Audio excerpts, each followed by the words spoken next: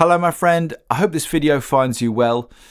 For years I thought that making great music was enough. I thought that making my best music was going to be the thing that carried me, but it turns out I was dead wrong. And even when I attempted to get more business savvy, building a website and selling merch, t-shirts, badges, stickers and hoodies, etc., still found that I was staying within my comfort zone. Well, actually, even clinging to my comfort zone, just still waiting really for something to happen. That was around 2004, 2005. MySpace had just started booming and everyone was getting excited because suddenly we didn't need those evil middlemen record companies anymore.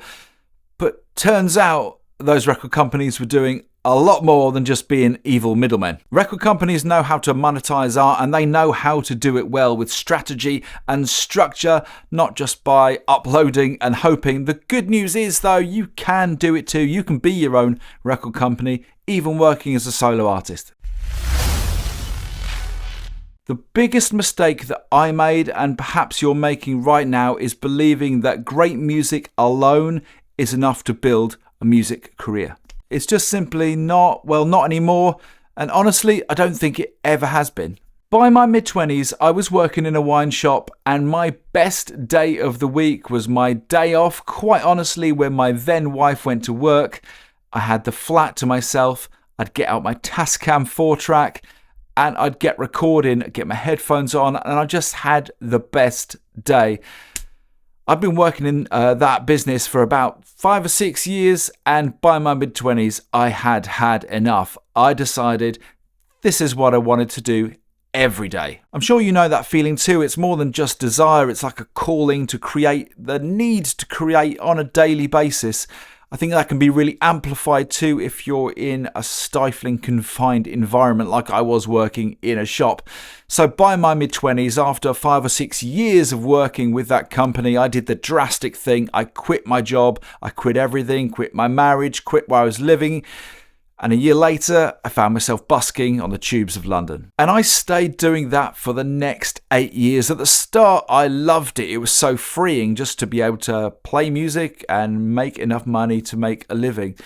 But over the years, it just became more like a trap and my confidence waned and waned.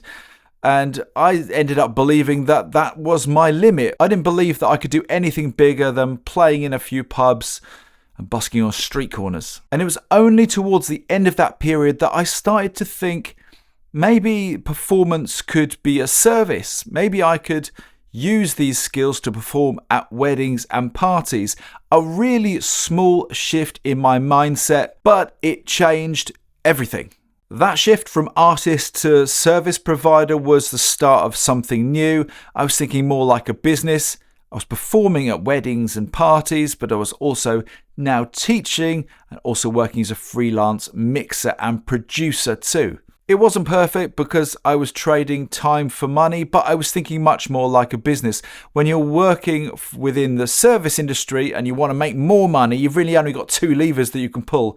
One is working more hours and the other one is charging more money. And if you feel like you've hit the ceiling of the money, all you can do is work more and more. And I just started to find that there weren't enough hours in the day to fit in weekend gigging, to be teaching during the week, and with extra projects as well from my home studio. But that is the service business model. So what if you want to work smarter? That curiosity led me to 2 paths. Firstly, to build a premium band that I could pull that lever and charge a lot more money for. And secondly, it led me to create this channel. And most importantly, those 2 options gave me my time back. That was incredibly important for me because it was at a time that my son was just born. I didn't want to be running myself every hour of the day into the ground. I wanted to be there and be a present father to support my wife, be there for my new baby. And time, my friend, is by far the most important commodity. That's why working smarter is so important. I think people give musicians such a hard time. They think that, I don't know, that we all sit around just strumming our guitars and chilling or hanging out in pubs and bars. Well, you know, we like doing that too. But I know every musician friend of mine works so hard.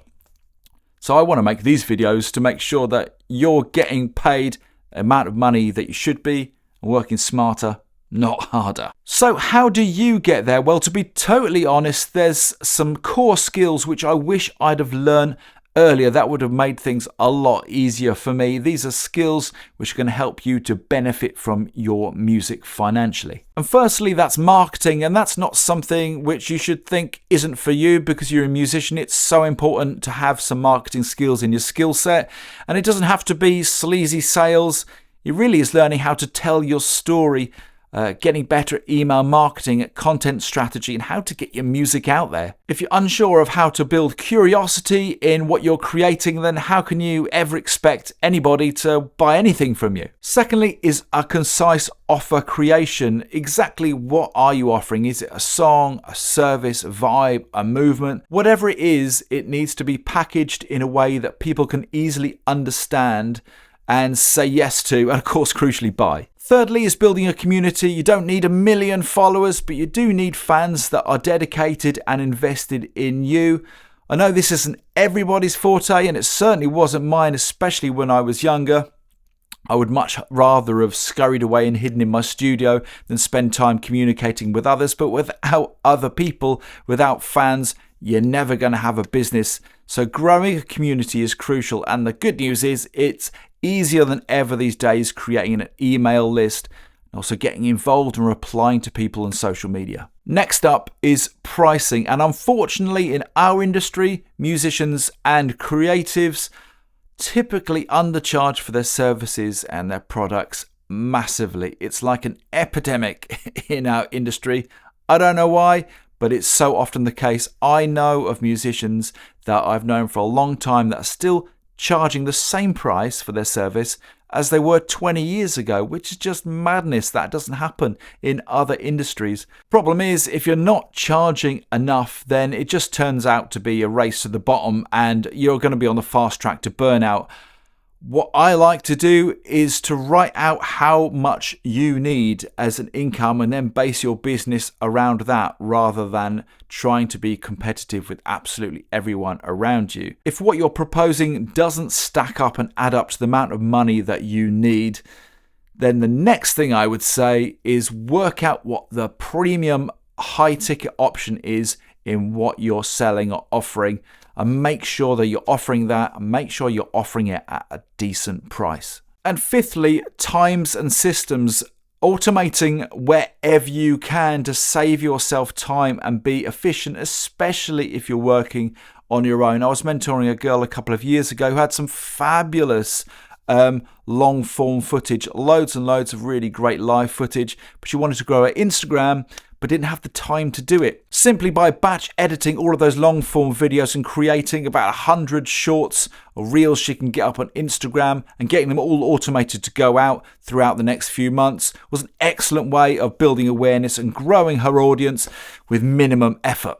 At the end of the day, here's what doesn't work: uploading to Spotify and then hoping that someone is going to discover you. I mean, that's not even a business model. It's more like a lottery ticket, and it's not a particularly good one at that. So if you want control, build an email list, build your fan base, offer a service, sell directly to your fans, create demand. Don't just wait for it, but get in there and go and grab it for yourself. When I finally started thinking like a business and started facing a lot of fears and facing a lot of challenges and hurdles that I had, just believing for too many years that because I was a musician or an artist, then business skills weren't for me. Once I overcame that and started challenging myself, that's when everything started to turn around. If you're still stuck in that place and in that mindset, then take this video as your day to change. Today is the day that you start shifting your mindset and you start thinking like a business and empowering yourself as a musician and a business person.